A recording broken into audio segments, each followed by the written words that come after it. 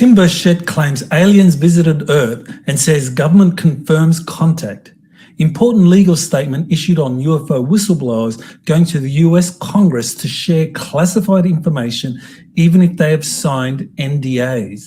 Congressional bill proposed by Tim Burchett plans to eliminate the Arrow office. Artemis 2 returned to Earth on Friday after performing a lunar flyby and ostensibly flying the furthest from Earth of any manned spacecraft. 1 week to go to the Exopolitical State of the Planet webinar. These stories and more on Exopolitics Today, the Week in Review. You're listening to Exopolitics Today with Dr. Michael Salla, your source for the uncensored truth regarding the human, extraterrestrial, global, and political agenda. Click the like button and subscribe to this channel. And now, here's Dr. Michael Salla. Welcome to the April 11 edition of Exopolitics Today, the Week in Review. It certainly has been a very interesting week as far as geopolitics is concerned. And so several of my stories on Twitter covered the Iran war. And so some of the interviews I've been doing have also been covering that. So I want to begin with this interview I did with Lily Nova, which discussed what's happening behind the scenes in the US-Iran war. Now, Lily is an intuitive and a contactee, and she also does remote viewing. And she went into what's going on behind the scenes in Iran, and that it really is much more than just the geopolitical factors that the mainstream media focus on. The idea that that war is all about seeking nuclear weapons or stopping the development of nuclear weapons, trying to dismantle Iran's missile capacity. These are just kind of surface elements, and that really what we have are this kind of effort to find out where the ancient technologies are hidden in Iran, and also the giants, that there are these giants there in Iran. And so Lily did some remote viewing of Iran and came up with some very interesting information of what's really happening behind the scenes, and talked about the giants, talked about portals, these portals being used for instantaneous travel. And, you know, that's where we get into this justification for the war. Is it really all about stopping Iran developing a nuclear weapon, or is it to prevent Iran finding and using portals, and which is even more significant, is inviting beings to come from somewhere else into our reality through these portals? You can see why that would be of great interest to the covert government in the US and also Israel, because the US and Israel, when it comes to covert projects, they do work very, very closely together. The CIA and the Mossad have been very involved in covert off-world programs. And so it's not a surprise that if Iran was finding some ancient technology, activating giants, getting access to portals, that the CIA, the Mossad, would want the US government to get involved to try and justify why the US would be intervening in Iran. And so what we have with the war up until the recent ceasefire was a smokescreen for US special forces along with their Israeli colleagues being able to go in and find these portals, find any giants. Now, why are giants important? Well, the thinking is that, well, with these giants, they go back many thousands of years, they know about the ancient technologies used by the gods or the founding extraterrestrials, whatever you want to call them, that the giants were familiar with these technologies and used them to rule over humanity up until their disappearance. And so with the Iran war, what we have, I think, is a smokescreen for these covert programs to go in there. And some of the information I've gotten is that these covert programs are truly international, that other nations are involved. But anyway, that's the kind of information that Lily corroborated in her interview, which I thought was very interesting. All right, now here we have Congressman Tim Burchett, who's been very outspoken recently concerning aliens and the government cover-up. So in a story about an interview he just recently did, these are some direct quotes. Tim Burchett claims aliens visited Earth, says the government confirms contact. So this is an interview Tim Burchett recently did, and it goes on, this article. According to Burchett, these beings traveled on otherworldly craft and made direct contact with humans. He emphasized that multiple government and military officials have told him this is absolutely true. The congressman seemed deeply serious about the explosive claims.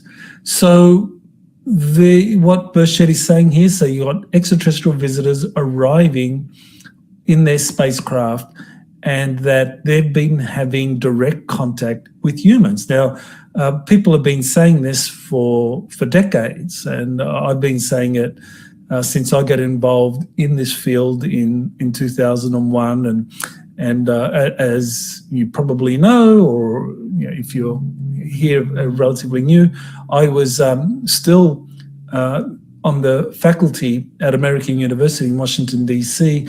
when I did an interview with the Washington Post concerning President Eisenhower meeting with extraterrestrials. So that interview was in 2004. And at that time, I was definitely being dissuaded by my seniors at American University to discuss the exopolitical issue and associate the university with it. So I got interviewed. I talked about Eisenhower meeting with extraterrestrial visitors arriving on their spacecraft.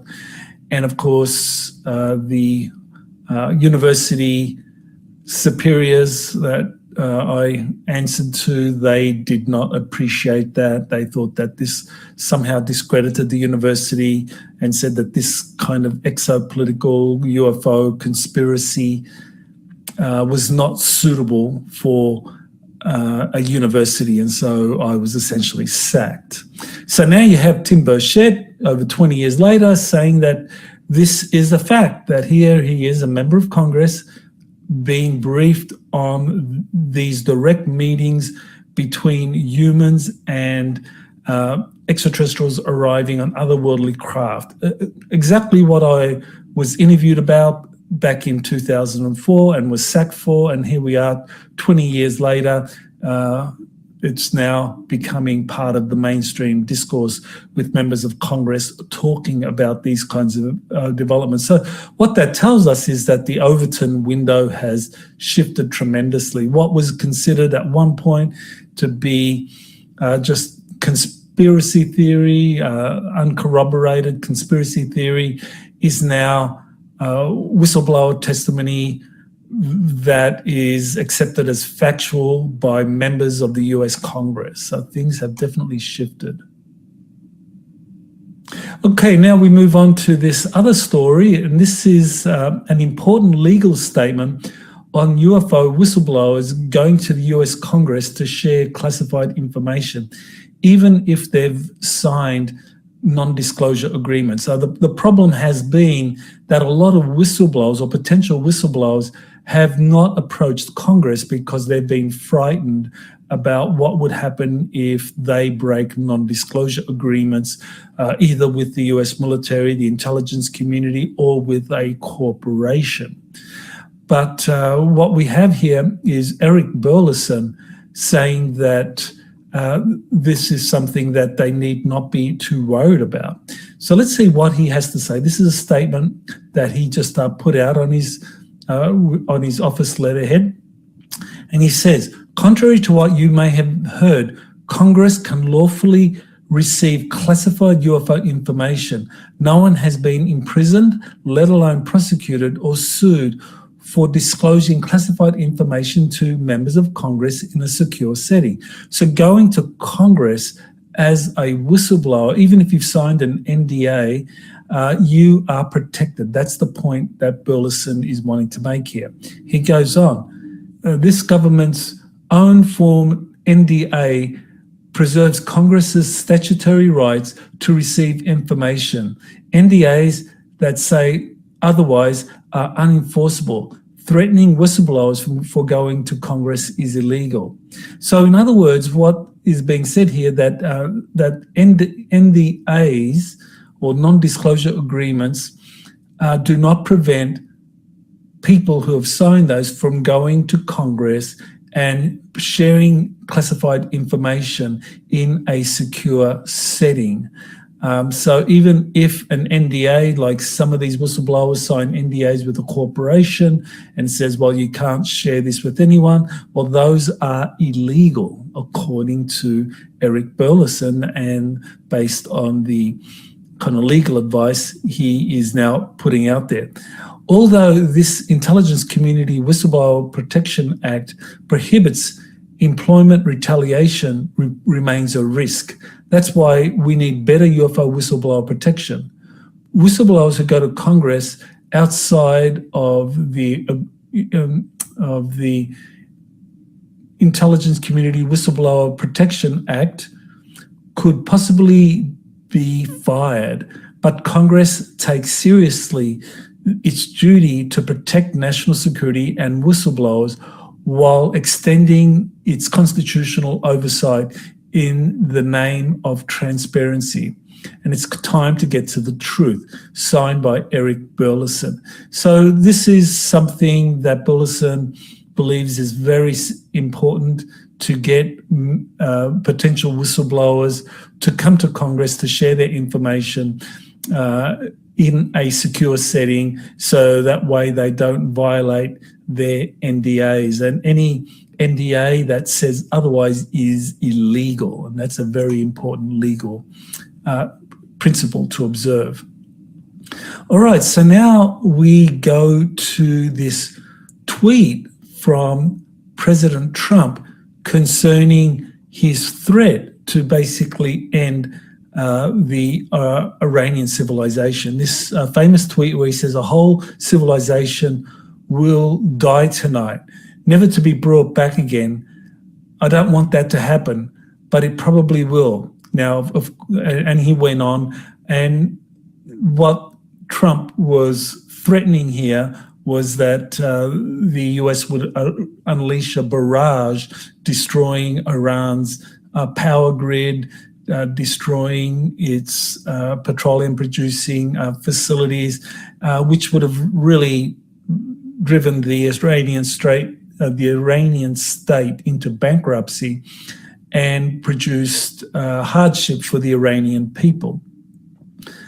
Now, this is where we get into the question, why would President Trump risk widening the Iran war by attacking power plants and bridges, cause regional chaos as Iran retaliates against rich oil-producing Arab states, and bring about a global financial crisis? So was Trump's tweet just bluster, just an empty threat, or was it a very real threat that was where he was ready to go if the Iranians didn't back down? Now, this is where we get into the key question. Is Trump taking this position Is it because he has been duped by the Israeli lobby and Prime Minister Netanyahu to achieve the Greater Israel Project, as Tucker Carlson and others contend, or because there are exopolitical factors at play he can't publicly reveal? This is the problem here for Donald Trump as president. What if he is being approached behind the scenes by CIA officials, Mossad intelligence operatives, and they're telling him, look, there are these stargates, there are these awakening giants in Iran that the Iranians are starting to get access to, and we absolutely cannot allow that to happen. So you need to come up with a scenario that justifies US military forces going in to ostensibly look for, say, enriched uranium that's hidden in Iran, or look for missile batteries hidden in mountain regions of Iran, which would be what the general public is told what it's all about. And while in fact, what they're really doing is creating a smokescreen so that US Special Forces can search for Iran's ancient technology, giants in stasis chambers, and these portals or stargates in underground locations that collectively signify an unknown global threat. So this is where we get into the exopolitical factor. Is the exopolitical factor so important that it justifies the destruction of Iran's infrastructure, the killing of thousands of soldiers, collateral damage in terms of civilians? Is that all justified by seeking out this ancient technology, giants and portals hidden in Iran? Well, apparently it is. Now, of course, this is not something Trump can explain to the American public. And so this is where you get into the kind of like standoff he's facing with people like Tucker Carlson, Candace Owens, Alex Jones and others, who are heavily criticizing him for just doing Israel's bidding, because, I mean, the information that he has is not something he can share. He can't talk about the exopolitical factor, so he has to just talk about the geopolitical. And of course, people tear the geopolitical explanation apart because there's no real evidence that Iran was on the verge of developing atomic weapons, because the Iranian Ayatollah Khamenei, he prescribed it in a fatwa. And Iran wasn't threatening its neighbors. So that kind of justification is torn to shred by Tucker Carlson, Candace Owens, Alex Jones as nonsense, which it is. But Trump can't talk about the exopolitical. So that's the problem here. Here is an interview I did with Paul Wallace. Now, Paul is an expert on ancient aliens, looking at examples of paleo contact, that is extraterrestrial contact in the ancient world. And he has found this all over the world. And I wanted to ask Paul just to confirm what I was being told by others, such as Gene Decode, JP or Jorge Pabon, Lily Nova. We're all saying, well, in Iran, there are these giants, there are these portals, there's this ancient tech buried there, and this is really what's going on behind the scenes, that they're seeking all of that. So I wanted to get Paul to share his expertise to see if there's sufficient historical evidence to justify that. Because Paul really does a great job in finding all of the evidence of paleo contact and ancient technology in the ancient world. And so he corroborated that these things such as ancient aliens, giants, portals, all of these things pertain to the ancient world, and they're found in literature all over the world.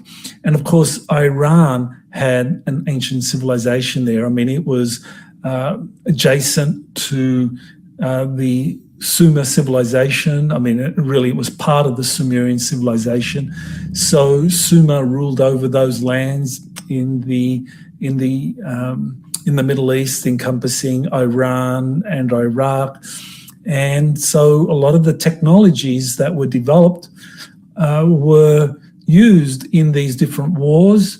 And of course, the Iranians developed an empire under the Persians, the Persian Empire. They had access to a lot of these technologies that they were able to find as a result of their wars against like the Babylonians and other adjacent civilizations at the time. So in Iran, you did have these ancient technologies being found and were known and were being used. And so this was something that Paul corroborated as far as Iran is concerned. And so, yeah, that and the giants as well in Iran and in neighboring Afghanistan, in the mountainous areas, that there are lots of stories about these giants. And again, the giants are the ones as the kind of like as the offspring of the fallen angels or the gods or extraterrestrial visitors. The giants had access to all of these secrets, all of this advanced technology. So yeah, definitely Iran the Iran war is a smokescreen, in my view, for these deeper exopolitical factors going on. So now we have this proposed legislation or bill from Congressman Tim Burchett to eliminate the All-Domain Anomaly Resolution Office. Now, the AARO office has clearly failed to protect whistleblowers and to promote UFO transparency. This is something that Burchett and other members of the US Congress, such as Anna Paulina Luna, have commented on. Eric Burleson is another member of Congress. And so they've been outspoken in describing the failure of AARO to really protect UFO whistleblowers in particular. And I discussed the proposal by Eric Burleson to have whistleblowers understand that by coming forward to the Congress, to members of Congress, that they are protected if they share any classified information in a secure facility. Now, with the AARO office, they don't have that kind of protection apparently. And so the idea is that, well, if whistleblowers are encouraged to go directly to Congress, then the AARO office is really failing if it doesn't encourage whistleblowers to go to it to share classified information on UFOs. Then there's no real reason to have AARO in operation. So this is where the bill comes in. Now, this is where I have mixed feelings about this proposal, because I think that while the AARO office has clearly failed in its function or its duty to protect whistleblowers who have information on UFOs and to make all of this transparent and available to the public, the fault or the blame really rests with the leadership and the failure to implement the goals behind the creation of the AARO office rather than the institution itself.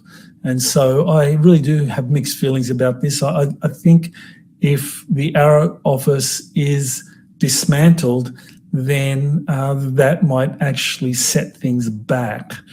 So yeah, this is where I really have reservations about that particular legislation moving forward. All right, so here is a communication from the GFL station. And this communication kind of deals with the return of Artemis 2 to Earth after performing the lunar flyby and ostensibly flying the furthest from Earth of any manned spacecraft. So, the Artemis 2 was rolled out to great public acclaim. It became a public spectacle. It was kind of front page news. This was the return of NASA and astronauts to the moon. I mean, they didn't land on the moon, they did a flyby of the moon, but nevertheless, the narrative was that this was something quite momentous, that humans are flying back to the moon, and that this is something that should really excite the general public. Now, the claim that this Artemis 2 mission flew furthest from Earth of any manned spacecraft is really a bald-faced lie.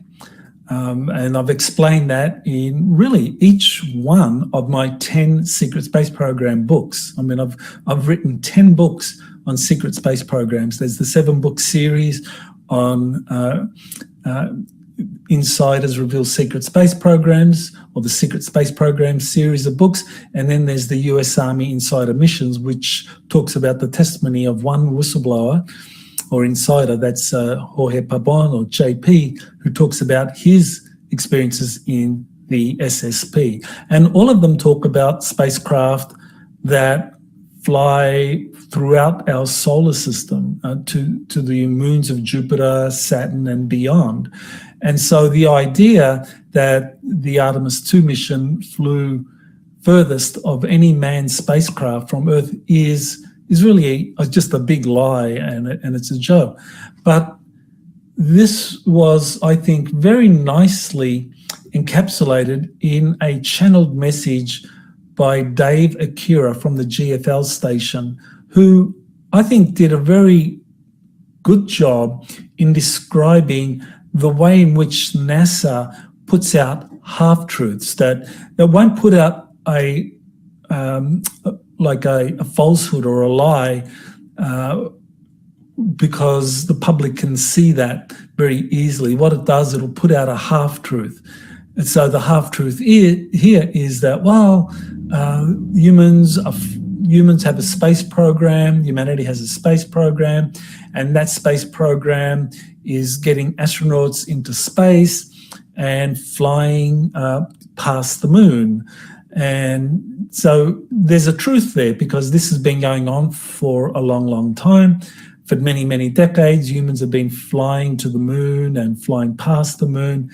But this Artemis 2 mission presents that half-truth as though that's all that is, whereas what we know is that you have these secret space programs that have been covertly operating in the background.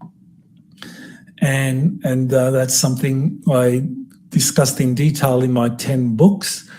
And here you have the GFL station talking about that in a succinct way that shows that, yes, this is what's really been going on. These secret space programs are operating in the background.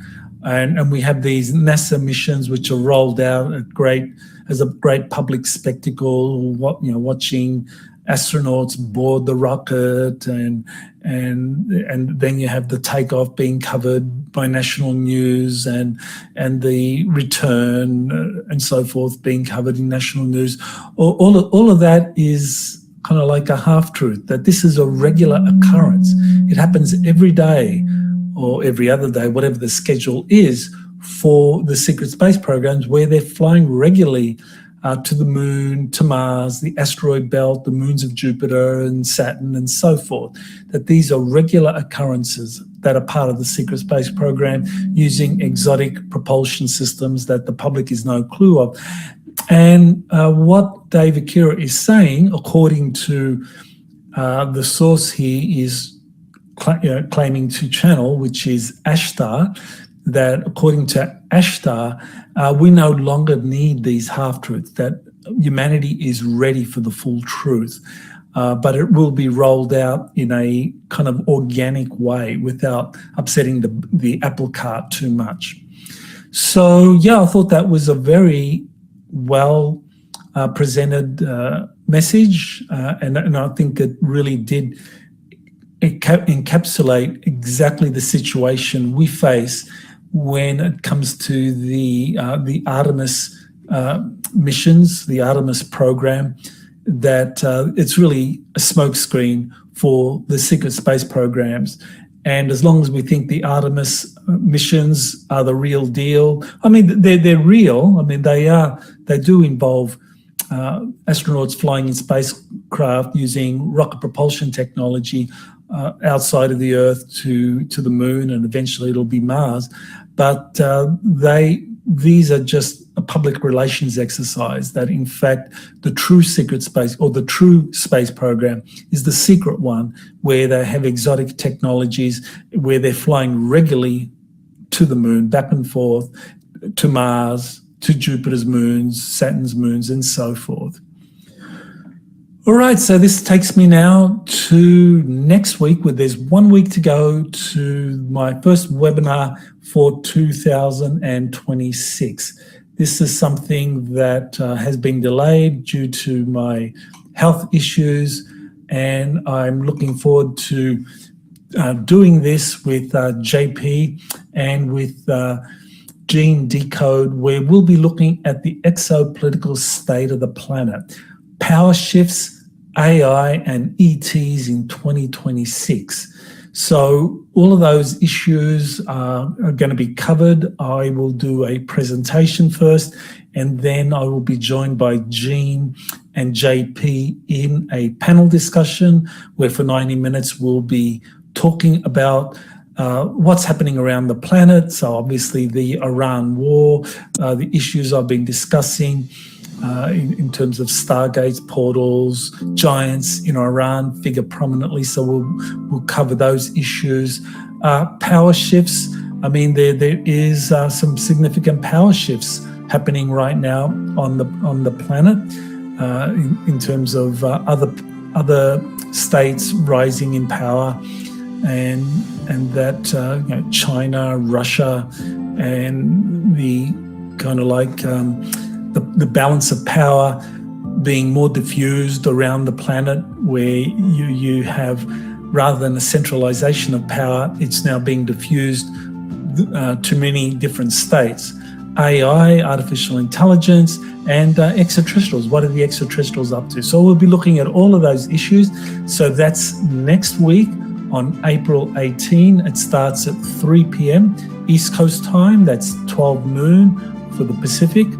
And just check your time zone for when that should be happening for you. So you could just go to my website, exopolitics.org, to register through Crowdcast. If you're a Patreon member, you will get a discount depending on your level of membership. So go to your Patreon account and just check your instant message for any discount codes or any information from me concerning this webinar. So that's it for today, for April 11. I appreciate you watching this, and I look forward to seeing you all again next week. Aloha. You have been listening to Exopolitics Today with Dr. Michael Salla. Please remember to like, share, and subscribe to this channel. Join or start a conversation in the comments. Take the time to explore the vast library of best-selling books, webinars, and podcasts by Dr. Salla. Visit exopoliticstoday.com.